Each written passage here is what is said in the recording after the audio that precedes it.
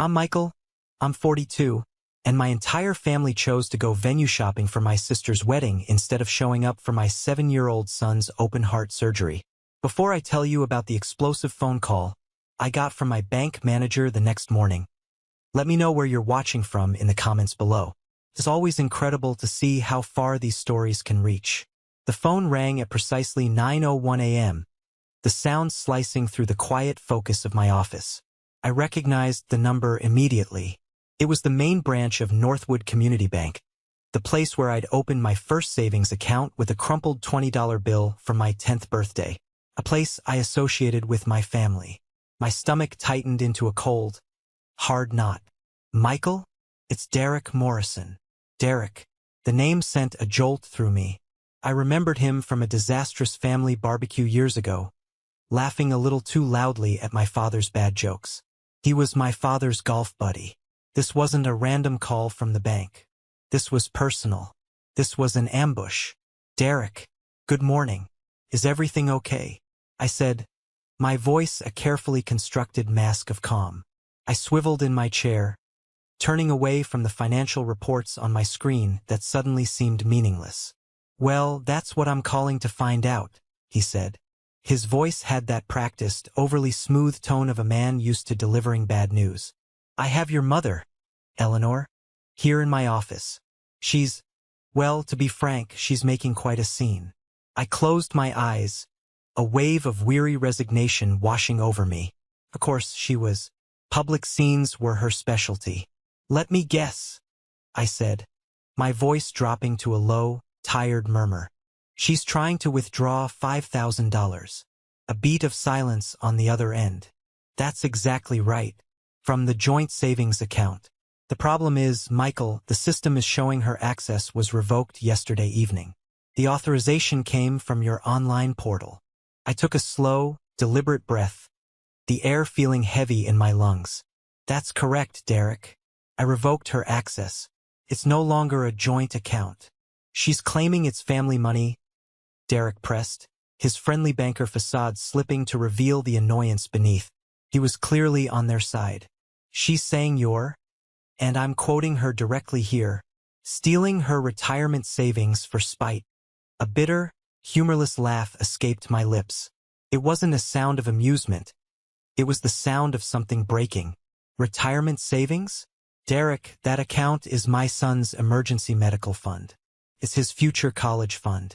Every single cent in there, all $47,000, came directly from my salary. My parents haven't contributed a dime to it in over a decade. I have the statements to prove it.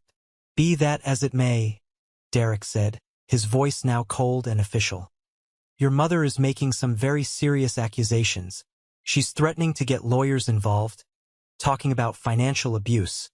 Then let her, I said, a strange, liberating calm settling over me. Tell her to hire the best lawyer she can find. And you can tell her from me that fund is for my son. The same son whose heart was literally stopped and restarted on an operating table 3 days ago while she was tasting wedding cakes. Now, if you'll excuse me, I have actual work to do. I hung up the phone before he could utter another word. My hand was shaking, not from fear, but from a pure, distilled rage I had kept bottled up for a lifetime. The war had officially begun. Let's rewind 6 weeks. I was sitting on the edge of that horrible floral-patterned sofa in my parents' living room, the kind of furniture that's purely for show. The air was thick with my mother's cloying potpourri and the unspoken family rule. Everything revolves around Qley. My mother, Eleanor, was meticulously inspecting her manicure. My father, Richard, was hidden behind the business section of the newspaper. My older brother, Daniel, was absorbed in his phone, a smirk on his face from some video he was watching. And my little sister, Qley, the sun around which our family planet orbited, was texting furiously, a tiny, satisfied smile playing on her lips. I cleared my throat, the sound unnaturally loud in the quiet room. I need to talk to you all. I have an update on Leo. That got their attention. 5 pairs of eyes reluctantly lifted in my direction. We met with the pediatric cardiologist last week. I began, my voice tighter than I wanted it to be. I twisted a loose thread on my jeans. The hole in his heart. It's not closing on its own. The pressure on his lungs is getting worse. Dr. Anderson says we can't wait any longer. They've scheduled his open-heart surgery. It's on October 12th. The casual atmosphere in the room evaporated. My father lowered his newspaper, his face paling. My God, Michael. That's a serious operation. The risks. They're significant. I admitted, my own fear a metallic taste in my mouth. It's one of the best surgical teams in the country, but they were very clear. It's a long, complex procedure. He'll be in the ICU for a couple of days and in the hospital for at least a week, maybe more. My mother finally set her hand down, her brow furrowed in concentration. October 12th? Oh dear. That's a Tuesday. We have that meeting with the wedding caterer for Qley that week. Don't we? She looked at Qley, her concern clearly directed at the potential disruption to the wedding schedule. Qley let out a long, dramatic sigh. Mom, it's okay, we can reschedule the tasting. Gosh, Michael, that's awful. Poor little Leo. The words were correct, but her tone was distracted, her eyes already glazing over as she thought about flowers or seating charts. This was it. The moment I had to ask, to make myself vulnerable. I'm going to need you, I said, my voice cracking slightly. I can't sit in that waiting room by myself. And Leo, he's only 7. He's terrified. The only thing he keeps asking is, will Grandma and Grandpa be there? Will Aunt Qley and Uncle Daniel be there when I wake up? I let the question hang in the air, a raw, desperate plea. For a moment, it seemed to break through their self-absorption. My mother's expression softened. She rose and came over, placing a cool hand on my shoulder. Oh, sweetheart, of course we'll be there. Don't be silly. We wouldn't miss it for the world. We are your family, after all. Daniel finally looked up from his phone, a flicker of sincerity in his eyes. Yeah, absolutely, man.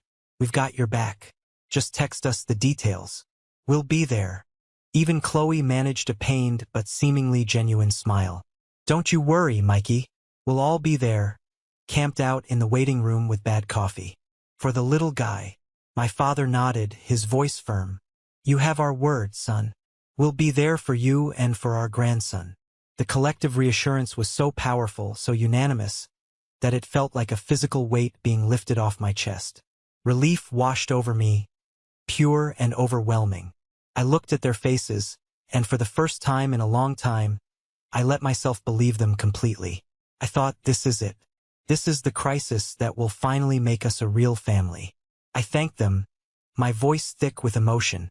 I walked out of that house feeling a fragile hope blooming in my chest. I was a fool.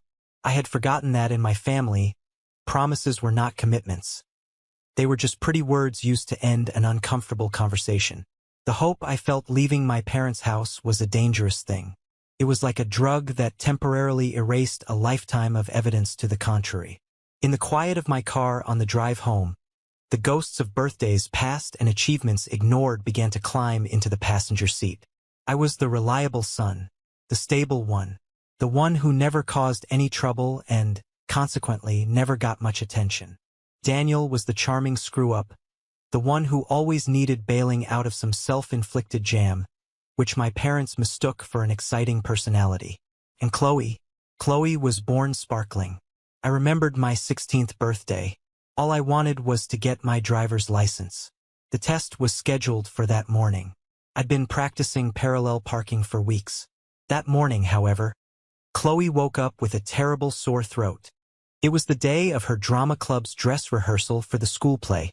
My mother declared it a medical emergency. My father was dispatched to the pharmacy for the most expensive throat lozenges.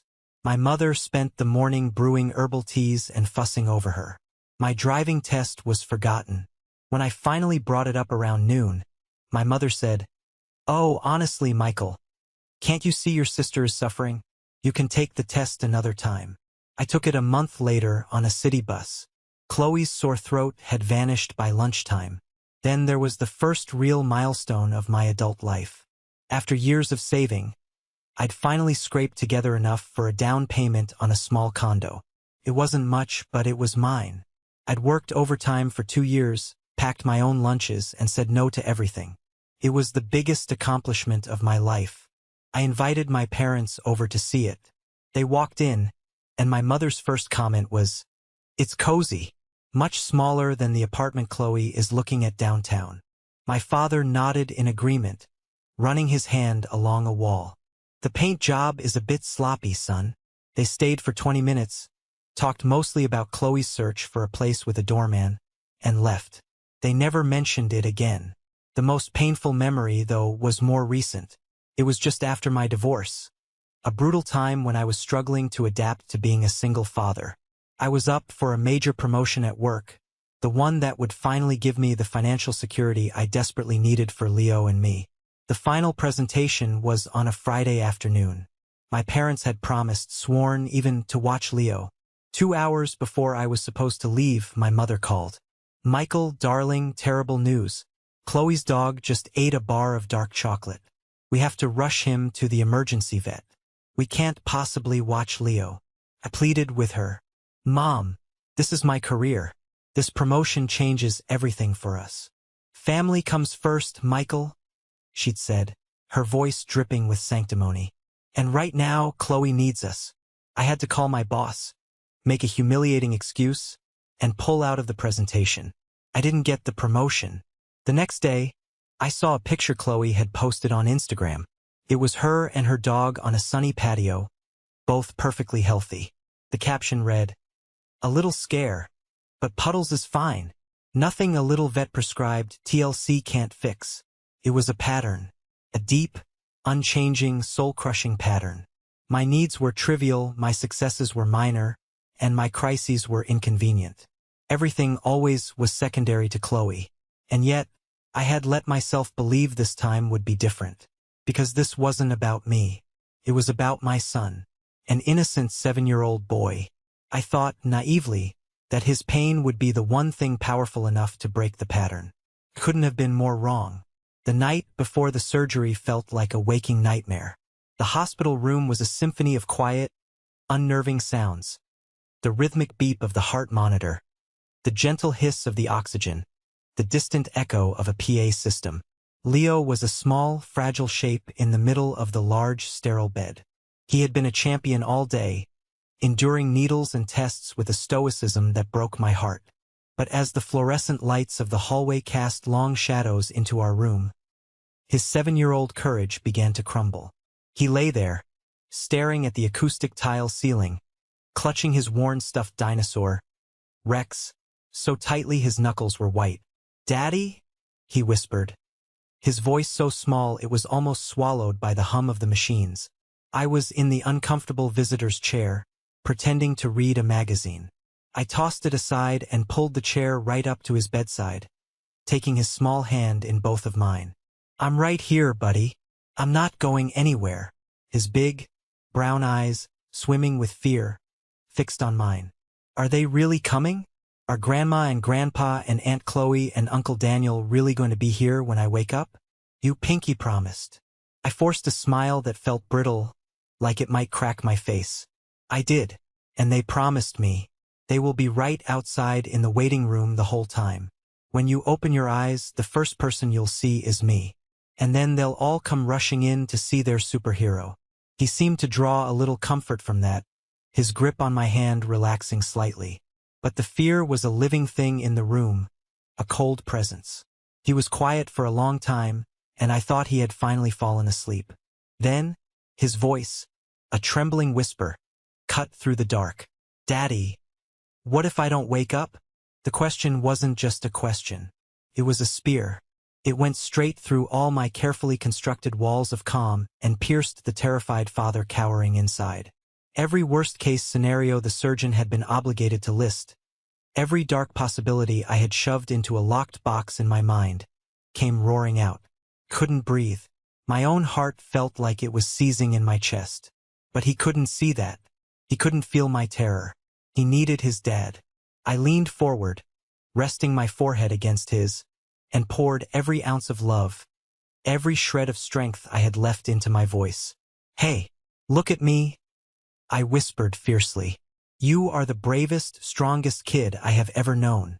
The doctors are going to fix your heart, and you are going to wake up. You are going to wake up, and you're going to complain about the hospital food. And I'm going to be right here. I made a promise to my son in that dark, cold room. A sacred vow.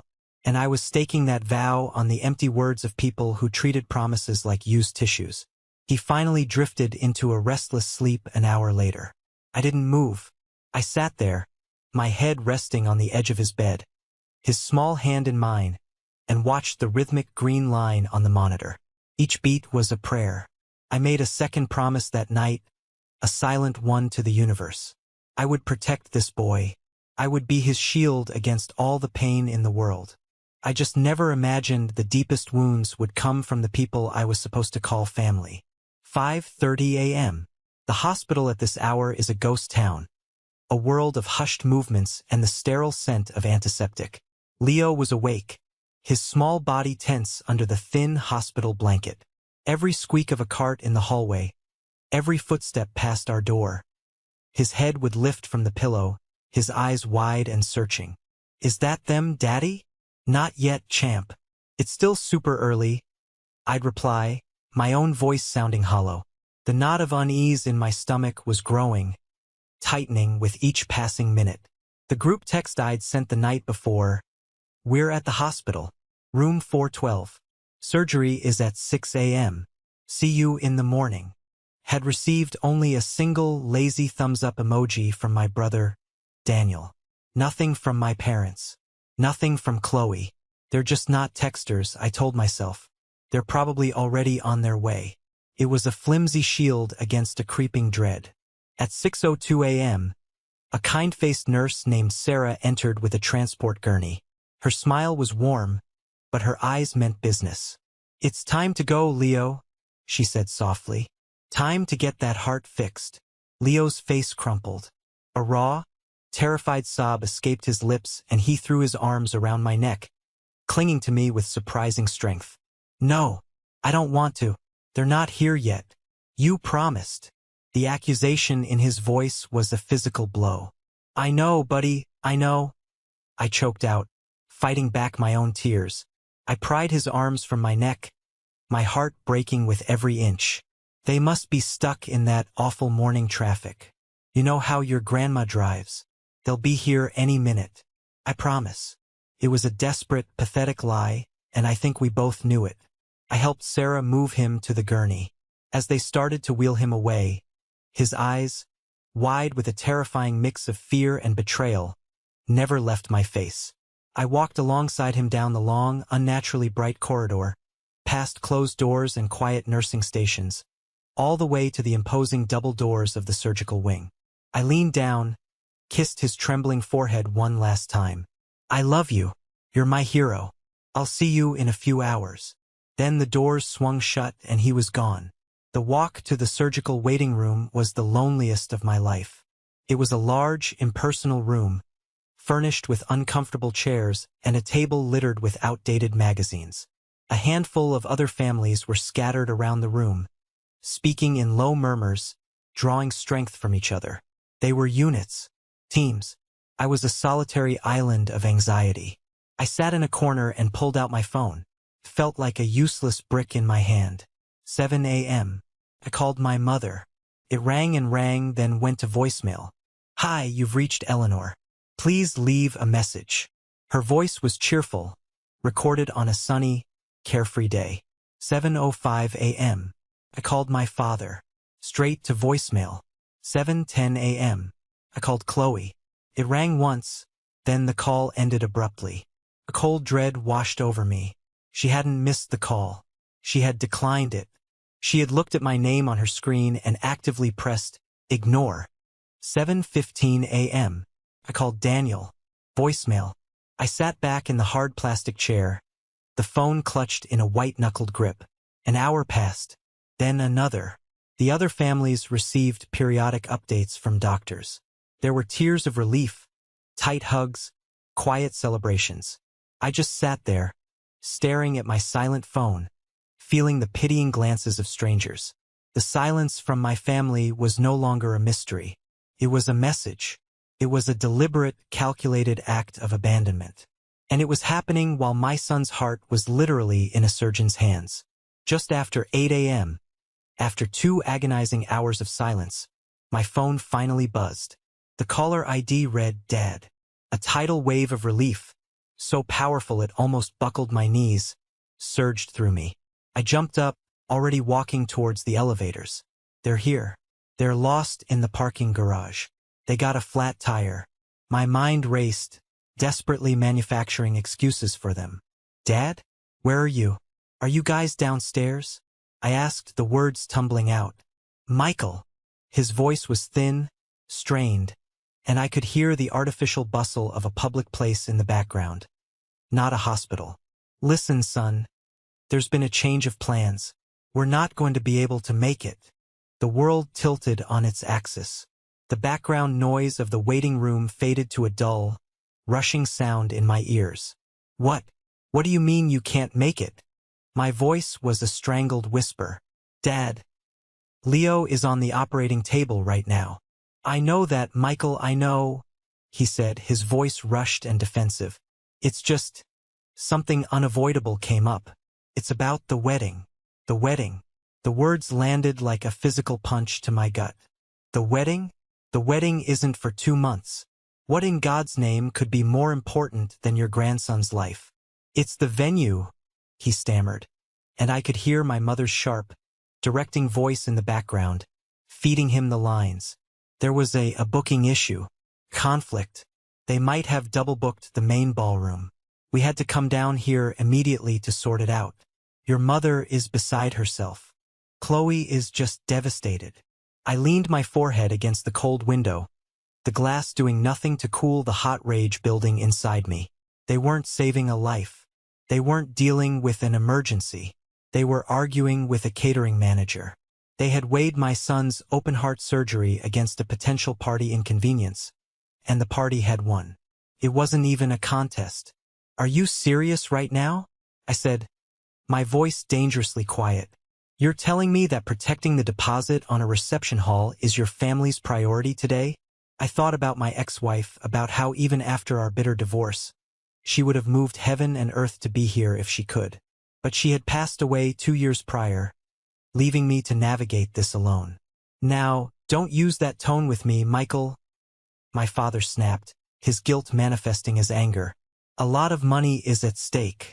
This is a very important contract. This is Qley's future we're talking about." Important. That single word severed the last, frayed thread of hope I had for them. "I understand," I said, my voice devoid of all emotion. He seized on it, relieved. "You do? Oh good. I knew you'd see reason." "No," I corrected him, my voice as cold and sterile as the surgical tools being used on my son. "I understand exactly what my son and I mean to you. I understand where we rank. Don't worry about calling me for updates. I'll handle it from here on out." I ended the call. I didn't shout. I didn't break down. I just stood there, staring blankly out the window, as a terrible, clarifying certainty settled into my bones. The family I thought I had, the family I had been desperately clinging to my whole life, didn't actually exist. It was an illusion, and it had just vanished in a puff of smoke. 4.5 hours after he was taken from me, the surgeon, Dr. Anderson, appeared through the double doors. Her face was tired but calm. "Michael?" she said, and my heart stopped. "The surgery went very well. The repair is secure. He's a tough little guy. He's in recovery now." The air I didn't know I was holding rushed out of my lungs in a ragged sob. I covered my face with my hands and cried, not with sadness, but with a release of tension so profound it felt like every muscle in my body was uncoiling at once. When I was finally allowed into the PACU, the sight of him stole my breath. He looked so small, so pale, adrift in a sea of white blankets and tethered to a web of beeping machines. His eyes fluttered open, glassy from the anesthesia. His first slurred words were a dagger to my heart. Did they come, Daddy?" Looking into his trusting, pain-filled eyes and telling him the truth was an act of cruelty I wasn't capable of. So I lied. "They got held up in a crazy situation, buddy." I whispered, stroking his hair. They sent all their love. They can't wait to see you when you're feeling a little better. He tried to nod, a flicker of disappointment crossing his face before the drugs pulled him back under. That lie felt like poison on my tongue. The next day he was more alert and he asked again. He didn't cry when I gave him another vague excuse. He just turned his face towards the window and became very quiet. It was a heavy, heartbreaking quiet, the sound of a child's faith cracking. That evening my mother called. Her voice was breezy, completely devoid of guilt. I hear the little soldier is doing wonderfully, she chirped. Honestly, Michael, you were being so terribly dramatic yesterday. We knew he would be fine. She then launched into a blow-by-blow account of her epic battle with the venue manager, portraying herself as the hero who had saved Qley's wedding. I sat there, listening to her self-congratulatory monologue, a numb, buzzing static in my ears. I don't remember what I said. I think I just hung up. We spent 3 more days in the hospital. I focused every ounce of my being on Leo. We watched movies, I read him stories, and slowly, I saw my boy start to come back to me. We finally got to go home. I had just gotten him settled on the sofa, cocooned in his favorite blanket with a pile of comic books, when my phone buzzed. A text message. From Mom. My hands were shaking as I opened it. It read, "So glad Leo is home and recovering. Fantastic news. Qley found the dress. It's a designer original, an absolute dream. It's $5,000. Your father and I are covering our share. We need you to contribute your part. Please transfer the money by Friday." I read it once, then twice. My gaze shifted from the glowing screen in my hand to my son sleeping on the couch. His breathing was shallow, and I could see the edge of the thick bandage peeking out from the collar of his pajamas. A scar over his heart, a permanent reminder of the battle he had just fought alone. And then I looked back at the text. A demand for money, for a piece of fabric. From the people who decided a conversation with a caterer was more important than his life. Something inside me didn't just break. It detonated. All the grief, all the rage, all the cumulative pain of a lifetime of being second best. It all combusted, and I started to laugh. It was a wild, raw, unhinged sound that was closer to a sob. My fingers moved with a life of their own. I opened my banking app. I navigated to the Zelle transfer page. I entered my mother's phone number. Amount, 50 cents. In the memo line I typed, "For the veil. Best wishes." I hit send. Then, with cold, deliberate precision, I went to the account management page for Leo's fund. I found the section for authorized users. I saw her name, Eleanor, and with a single, decisive tap, I hit remove. A pop-up appeared. "Are you sure you want to permanently revoke Eleanor's access to this account?" My finger slammed down on confirm. Then I opened my contacts list and, one by one, I blocked all of them. Mom, Dad, Qley, Daniel. The storm had passed. The war had just begun. The adrenaline from severing the ties carried me through the rest of the day.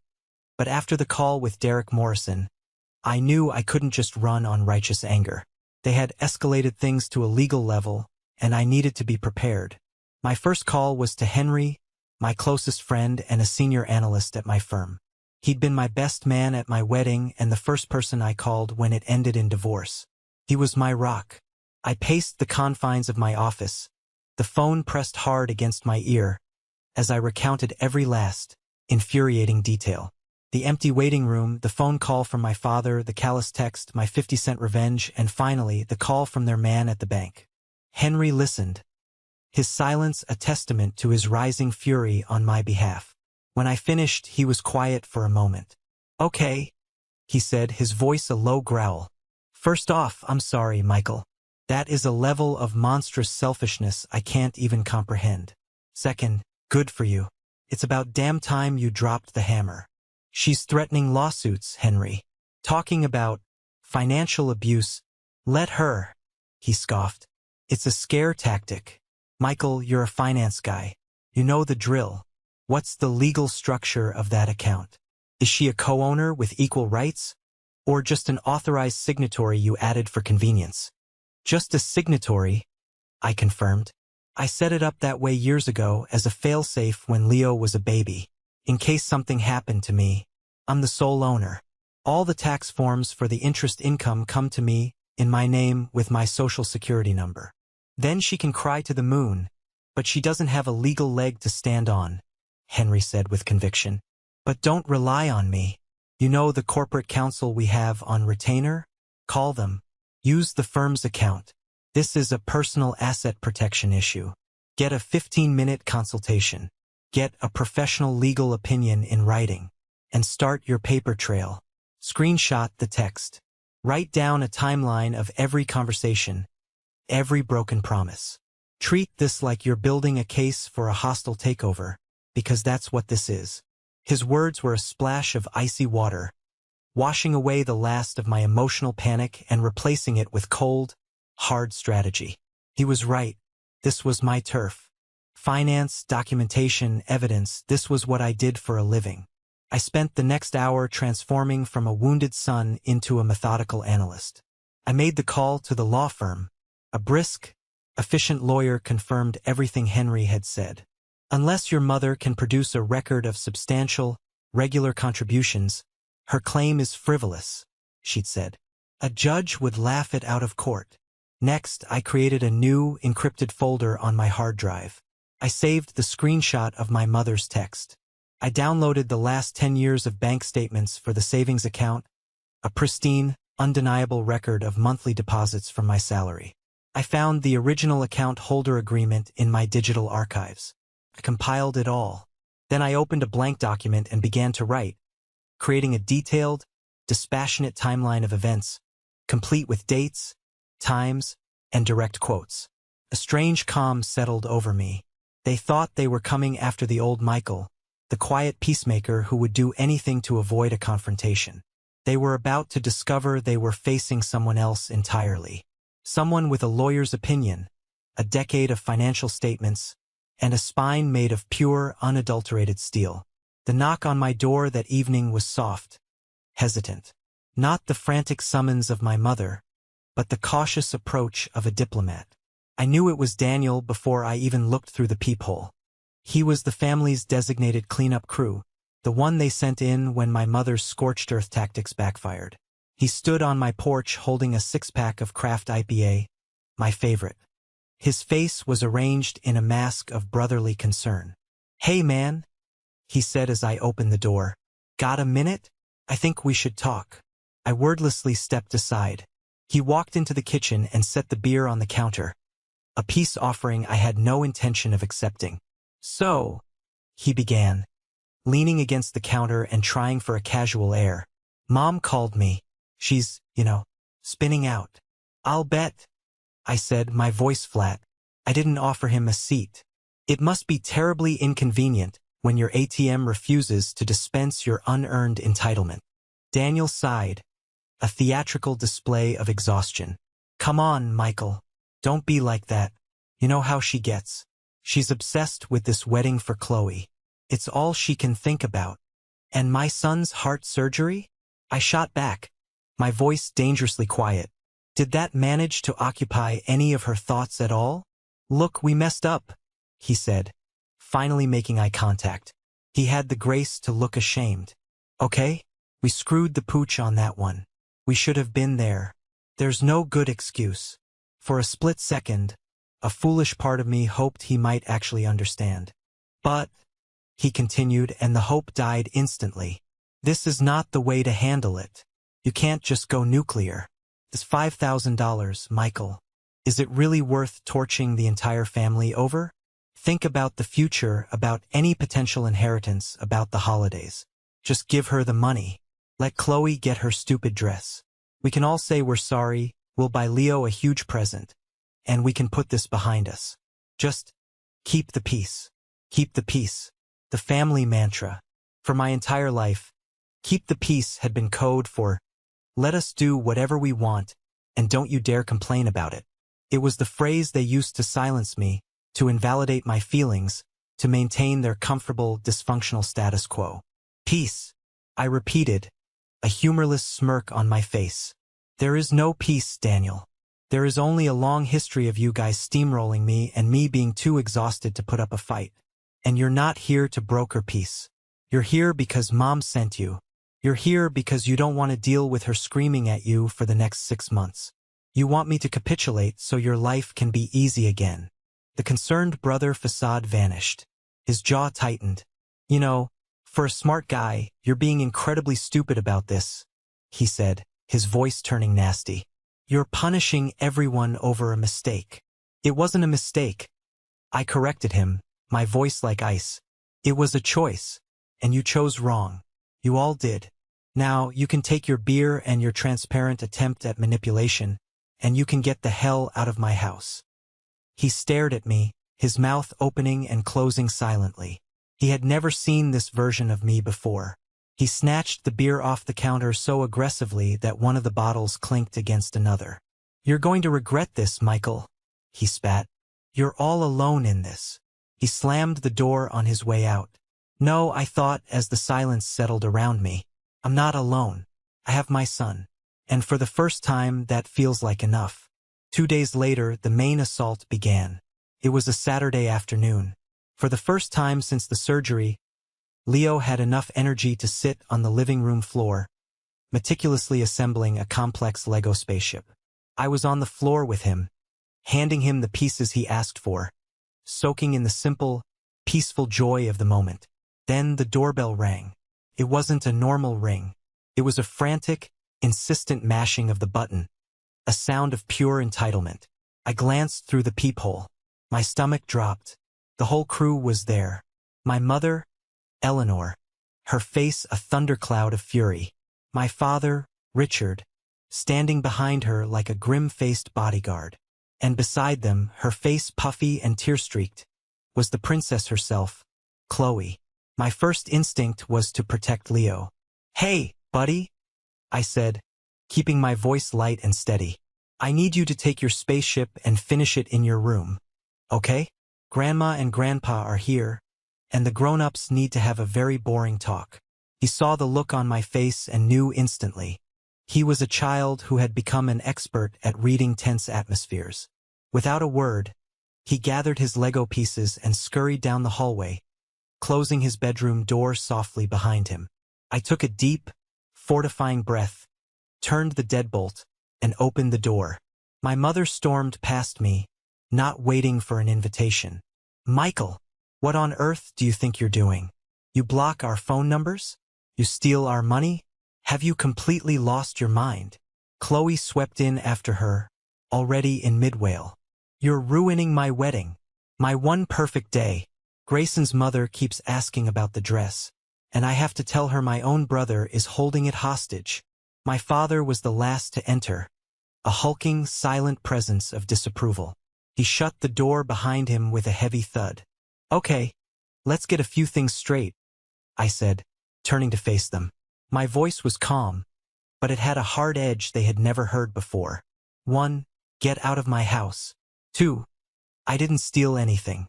I secured my son's assets from a group of people who suddenly decided his college fund was their personal slush fund. That money is his, not yours. Not family money. It is family money. Eleanor shrieked, her voice climbing. A family is supposed to help each other. Your sister is in crisis. She needs this dress. The deposit is non-refundable. This is what a good brother, a good son is supposed to do. Help. I let out a sharp, incredulous laugh. Let me tell you what help looks like. Help is sitting in a cold, sterile waiting room for 4.5 hours, praying that your 7-year-old son or grandson doesn't die on an operating table. Help is showing up. Help is answering the damn phone. You don't know the first thing about help. You only know how to demand and how to take. That is a vicious, hateful thing to say. My mother spat. Is it the truth, though? I countered, taking a step forward. I looked directly at Qley, whose performative tears suddenly seemed to dry up under my direct gaze. You're not devastated about your wedding. You're inconvenienced. Your nephew, the little boy who used to make you macaroni necklaces, was having his chest cracked open, and you were worried about a booking conflict. You declined my call from the hospital. Did you think I wouldn't notice? She flushed, stammering. It was a bad time. We were in a meeting. And you? I said, turning to my father, who was still avoiding my eyes. You couldn't even come up with your own lie. I could hear her in the background, feeding you the lines. Have you ever had a single thought she didn't approve of first? He flinched as if I'd struck him. You have no idea what we've been going through, Qley finally managed to say, her voice trembling with self-pity. Then, for God's sake, enlighten me. I boomed, my control finally snapping. What crisis?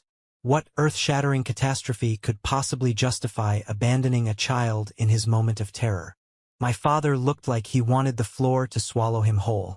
But it was my mother, pushed into a corner and furious at losing control of the narrative, who finally gave me the answer. And in doing so, she detonated a bomb in the center of the room. You think this is about a dress? My mother screamed, her voice raw with a desperation that was terrifying in its intensity. You think we are this upset over a piece of fabric? You selfish, ignorant, little boy. You have no idea what is actually at stake here. I stood my ground, my arms crossed, a cold calm descending over my rage. Then tell me, Mom. I'm listening. What's at stake? Everything, she shrieked, her hands waving frantically in the air as if to ward off some invisible demon. Everything is at stake. We need that money. We need it now. You don't need a $5,000 dress, I said, my voice dropping to a low, dangerous level. You want it. And that was the pin that pulled the grenade. Her carefully constructed facade of maternal concern and righteous indignation shattered, and the raw, ugly, terrified truth came pouring out. It's not for the dress, you idiot, she screamed, the words so loud they seemed to shake the very walls of my house. The silence that followed was absolute, deafening. The dress is just an excuse. Your father's business is going under. It has been failing for a year. We're months behind on the mortgage. We are going to lose the house, the cars, everything. This wedding, Grayson's family, they have money, real money. It's our only way out. We need to look successful. We need this wedding to be perfect. We need his family to think we're their equals, so they'll bail out your father's company. So yes, we need that money. The confession hung in the air between us, ugly and pulsing. The blood drained from my father's face. He looked at my mother with an expression of pure horror, as if he couldn't believe she had just said it all out loud. Qley stood frozen, her mouth agape, her eyes wide with a genuine shock that had nothing to do with her wedding dress. This was clearly news to her. The pampered princess had been a pawn in her own parents' desperate financial endgame. And in that moment I understood everything. It wasn't just narcissism. It wasn't just casual cruelty. It was a calculated, cold-blooded business decision. They had looked at two events on a calendar, Leo's heart surgery and save ourselves from financial ruin, and they had made their choice. My son's pain had been weighed against their financial desperation, and it hadn't stood a chance. They were willing to sacrifice his emotional well-being, his trust, his sense of safety, all for a chance to secure a business deal. The anger inside me didn't burn out. It turned to ice. I looked at the three of them. My hysterical mother, my broken father, my stunned sister, and I felt nothing but a vast, empty pity. I walked to my front door and pulled it open. Get out, I said. My voice was quiet, almost a whisper, but it carried the finality of a judge's gavel. My mother stared at me, her chest heaving. Michael, you don't understand. Oh, I understand perfectly, I said, my voice hardening. I understand that you were going to use my son's college fund to finance a lie. Get out of my house. Your financial failures are not my son's responsibility. Qley, finally finding her voice, started to stammer an apology, but I cut her off. I looked straight at my father. Was my son's heart surgery an acceptable loss in your business plan? He flinched, unable to meet my gaze, and shuffled past me out the door like a condemned man. Qley followed, a lost look on her face. My mother was the last one left. She stood in the doorway, the fight gone out of her, her face a mask of bitter defeat. "You've destroyed this family," she whispered. "No," I said, looking her directly in the eye, no longer the boy she could intimidate. "You and Dad destroyed it with your lies and your pride. I'm just the one who finally turned on the lights." I closed the door in her face, shot the deadbolt home, and leaned against the solid wood, the blessed, profound silence of my own home washing over me like a baptism. This was the moment that changed everything, the moment I finally took back control of my life. Thank you for sticking with me to this point. You guys are amazing. If you could do me a huge favor and like this video and drop a 1 in the comments below, it lets me know you're here with me on this journey. It doesn't just help more people find this story. It tells me that my experiences mean something to someone out there. Your support is the biggest motivation for me to continue sharing the rest of this story. The days after the explosion were defined by a series of aftershocks. The first wave came from the outer rings of the family, the flying monkeys, as my therapist would later call them, relatives dispatched by my mother to guilt-trip me back into line. My Aunt Carol was the first. "Michael, dear," she began, her voice dripping with syrupy condescension. "I spoke with your mother. She is simply devastated. I think you're being very cruel. Family is the most important thing. Sometimes we have to rise above our petty grievances for the sake of our elders." "Aunt Carol," I said, my voice polite but firm, "let me ask you something. Did my mother happen to mention that she, my father, my brother, and my sister all skipped my 7-year-old's open-heart surgery to go argue with a wedding planner?" A brief, sputtering silence on the other end. "Well, she mentioned there were some unavoidable complications. And did she also mention that her husband's business is bankrupt, and they were trying to extract $5,000 from my son's medical fund to keep up appearances for my sister's rich fiancé?" I continued calmly, "Because those are the complications. If you feel they're deserving of your support, you should write them a check. But my son's future is not for sale. Please don't call me about this again." I hung up. The calls from relatives stopped. The second wave was a direct assault. My mother, realizing she was blocked on every other front, decided to bring the battle to my turf, my office. I worked for a mid-sized financial firm, and our office had an open floor plan. I was on a conference call, discussing quarterly earnings, when I saw her through the glass wall of the conference room. She strode in like she owned the place, her face a mask of grim determination, heading directly for my desk. My blood ran cold. This was a sacred boundary she was crossing. Before she could reach my desk and start a scene, my boss, Mr. Davison, the firm's CEO, emerged from his corner office. He was a distinguished man in his late 60s, sharp, perceptive, and not someone you messed with. He physically intercepted her. "May I help you?" he asked, his voice calm but radiating authority. "I am here to see my son, Michael," she announced, as if that gave her diplomatic immunity. "It is a private family matter." "This is a private place of business," Mr. Davison countered smoothly, not moving an inch. "Any family matters can be addressed outside of office hours. I'm going to have to ask you to leave, or I'll have security escort you out." My mother was stunned into silence. She was so used to being the one in charge that being calmly and firmly shut down by a stranger left her momentarily paralyzed. She shot me a look of pure venom, then turned on her heel and stormed out. The entire office was still, a collective intake of breath. 10 minutes later, I got the email I was dreading from Mr. Davison's assistant. "Mr. Davison would like to see you in his office at your earliest convenience." I walked in, bracing for a lecture. He motioned for me to close the door and sit. He didn't mention my mother. Instead, he leaned forward. "Your son, Michael. How is his recovery coming along?" The question was so unexpected it threw me off balance. He's doing very well, sir. Thank you." He nodded, a small smile touching his lips. "Good. I don't know the details of what's happening in your personal life, and I don't need to. But I know what I've seen in this office. For the past 2 months, you have been dealing with an unimaginable level of personal stress, and you have not missed a single deadline or dropped a single ball. You've shown more grace under pressure than men twice your age. That's character." He slid a folder across the polished desk towards me.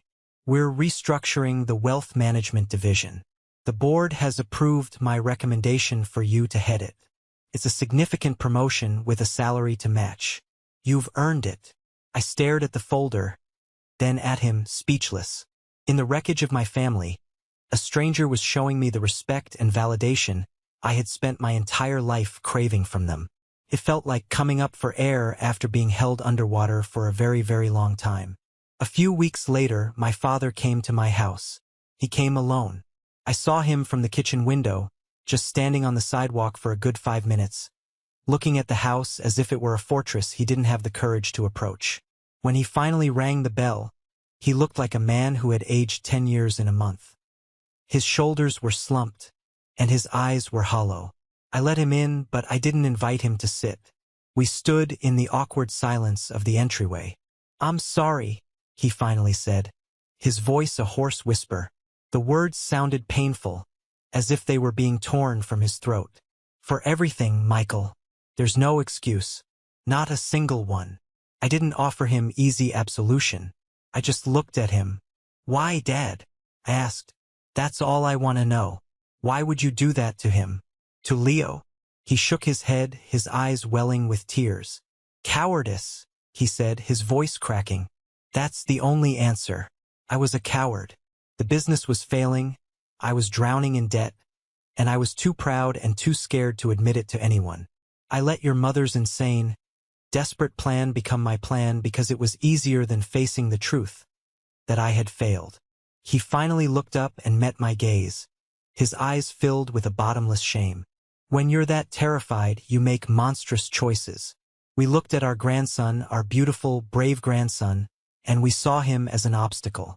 My God, what kind of men have we become? I listened to his confession. The rage I had felt for him was gone, replaced by a deep, weary sadness. He wasn't a monster. He was just a weak man who had made monstrous choices. "I can't forgive you right now," I said, my voice steady. "I don't know if I ever will. But this isn't about me. You broke a little boy's heart. He's the one you should be thinking about." I took a half step back, a clear signal that the conversation was over. "I think you need to go. Leo and I need peace. We need to heal. We can't do that while we're still cleaning up the wreckage from your explosion." He nodded slowly, a single tear tracing a path down his weathered cheek. "I understand," he whispered. He turned and walked away, not looking back. As I closed the door, I felt a sense of finality. It wasn't about revenge. It was about boundaries. It was about choosing the quiet peace of my new life over the familiar chaos of my old one. It was the emotional funeral for the family I once thought I had. The 3 months that followed were the most peaceful of my adult life. It was as if a loud, jarring, discordant noise that had been playing in the background of my existence for 40 years had finally been turned off. The resulting silence was sublime. My life simplified into a rhythm of purpose and love. Everything revolved around Leo's recovery and my new role at work. We had our weekly check-ins with Dr. Anderson, who used words like remarkable and textbook recovery. We did our physical therapy exercises, which slowly transformed from a chore into a source of laughter as Leo got stronger and more confident. I watched, with a heart full of gratitude, as the color returned to his cheeks and the boundless energy of a 7-year-old returned to his limbs. Freed from the constant drain of my family's drama, I had a reservoir of energy I never knew existed. I poured it into my new position at work. I redesigned workflows, mentored junior analysts, and landed 2 major new clients for the firm. Mr. Davison would often stop by my new corner office, not just to talk business, but to ask how Leo was doing. I was building a new kind of family, a professional one built on mutual respect and genuine support. Leo and I built our own small, perfect world. We established new traditions. Fortress Fridays involved turning the living room into a labyrinth of blankets and cushions for movie nights. Pancake Saturdays were a sacred ritual. We took a weekend trip to a cabin in the mountains. I watched him run through a field of wildflowers, chasing butterflies, his chest bare in the sun. The scar over his heart was a thin, silvery line now, no longer a symbol of his wound, but a testament to his strength. It was a warrior's mark. I heard whispers about my family through a cousin who hadn't taken sides. Qley's wedding of the century had been dramatically downscaled. Grayson's family, the wealthy saviors my parents were counting on, had apparently done their due diligence and discovered the truth about my father's failing business. The life-saving investment never came. The wedding happened, but it was a quiet, subdued affair at the local country club, not the lavish event my mother had envisioned. I felt a detached sense of justice, but I was too immersed in my own happiness to spare it much thought. Their world, built on a foundation of lies and appearances, was crumbling. My world, rebuilt from the ashes and centered on love and honesty, was thriving. For my entire life, I had believed I needed their approval to feel whole.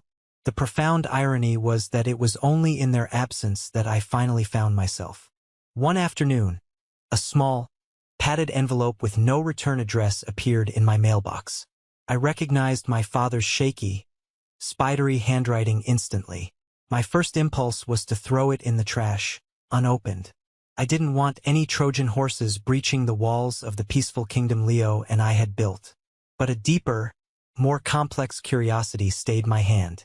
I waited until Leo was sound asleep, then sat at the kitchen table under the single dim light, a glass of water in my hand, and slit the envelope open. Inside were two items: a cashier's check for exactly $5,000, and a single sheet of lined paper, folded 3 times. My hands felt unsteady as I unfolded the letter. The same shaky handwriting filled the page. Michael, I am writing this letter knowing that no words can fix what I have broken. The word sorry is an insult to the pain I caused you and, most unforgivably, Leo. I know this, but it is the only word I have, so I will say it. I am sorry. I told you I was a coward, but I wasn't completely honest about the depth of it. This wasn't a recent failure. The truth is, I've been a coward for years. The business started to fail a long time ago. I made a series of bad, proud decisions. I was too arrogant to adapt, too proud to admit I was in over my head. And I hid it. I hid it from your mother, from you, from everyone. I took out secret loans. I moved money around. I constructed an elaborate lie, telling myself every day that I could fix it before the whole thing came crashing down. When Eleanor found out how bad it was, she panicked. She is a master at rewriting reality, and she created a new one. Qley's wedding would be our salvation. It wasn't a family celebration. It was a financial transaction, a desperate last-chance gamble to impress Grayson's family and secure a bailout. And I, in my weakness and terror, went along with it. I let myself believe the lie because it was less painful than admitting the truth of my own failure. We looked at our grandson's surgery, an event that should have brought our family together in love and fear, and we saw it as a threat to our scheme. We weighed your agony against our financial desperation. We made the worst, most shameful choice a parent and grandparent can make. It was a moral bankruptcy that was far worse than the financial one. This check is not a bribe for forgiveness. I know that's not for sale. I sold my old woodworking tools, the last things of value I truly owned, to get this money. It is a repayment, a small, inadequate gesture of accountability. It's the first honest financial transaction I've made in years. I betrayed you and I betrayed your son. I don't know if I can ever fix that. I will live with that failure for the rest of my life. Dad, I read the letter once, then again. It didn't excuse his actions. It didn't erase the memory of the silent phone in the waiting room, but it reframed the story. It was not a tale of simple villains, but a tragic account of a man's pride leading him down a path of lies and moral decay. It was the confession of a man who had lost everything, most importantly his own honor, long before he lost his business. I folded the letter and put it and the check in a drawer. I knew I would never cash it, but it was no longer a symbol of their demand. It was a symbol of his regret, a small, lonely flickering candle in a vast darkness. On a bright, lazy Sunday morning a few days later, I knew it was time. Leo was at the coffee table, deeply focused on a drawing of a T-Rex wearing a cape and flying over a city. The sunlight streamed into our peaceful living room. I sat on the floor beside him and placed the folded letter and the check on the table. He deserved to be the one to close this chapter. "Hey, buddy," I said softly, not wanting to startle him. "Can we talk for a minute about something important?" He looked up, his brown eyes curious. "Okay. I got a letter from Grandpa," I began, choosing my words carefully. "He wanted me to tell you that he is very, very sorry. He said that he and Grandma and Aunt Qley and Uncle Daniel all feel terrible that they weren't at the hospital. He said they were dealing with some big, scary, grown-up problems, and because they were scared, they made a very bad, very selfish choice. He knows they hurt your feelings, and he is very ashamed." Leo looked at the letter, his little face serious. He didn't speak. He just listened, absorbing the information with a child's simple gravity. "He also sent this," I said, lightly tapping the check. "It's money. It's his way of trying to say sorry. We're not going to use it, it's going straight into your college fund. But I wanted you to see it. I wanted you to know that he knows they were wrong." I took a breath. This was the crucial part. I was determined to give my son the one thing I was never given. A choice. "Here's the thing, Leo," I said, looking him straight in the eye. "It is completely up to you what happens next. Forgiveness is not something you ever have to give away. And if you do, it has to be your decision when you feel ready. If you ever want to see them again, we can talk about it. If you never want to see them again, that is perfectly okay too. There is no wrong answer. Whatever you feel in your heart is the right answer." I had laid all the cards on the table. I had given him all the power. He looked at the letter, then at the check.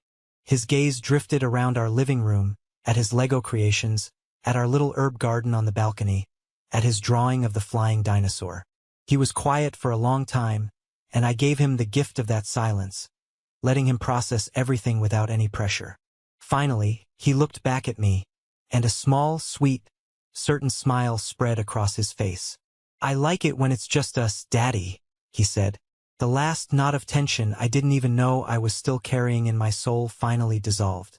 I pulled him into my arms, hugging him so tightly he giggled. I buried my face in his soft hair, breathing in the simple, clean scent of my son, my family, my whole world. "Me too, buddy," I whispered into his hair. "Me too." I knew then that the door to the past wasn't bolted and barred. Maybe one day, far in the future, it might be opened a crack. But I also knew, with a certainty that settled deep into my very bones, that my primary job was no longer to try and fix what was broken. It was to protect what was whole. And in that moment, holding my son, I felt more whole than I ever had in my life. Thank you for listening to my story. I hope it resonated with you in some way. It's been a long and difficult journey, but one that has taught me so much about strength, boundaries, and what family truly means. Have you ever been in a situation where you had to choose between your peace and your family? I'd be incredibly grateful to hear about your own experiences in the comments below. Please share your story, and don't forget to like and subscribe so you don't miss what comes next. Your support means the world.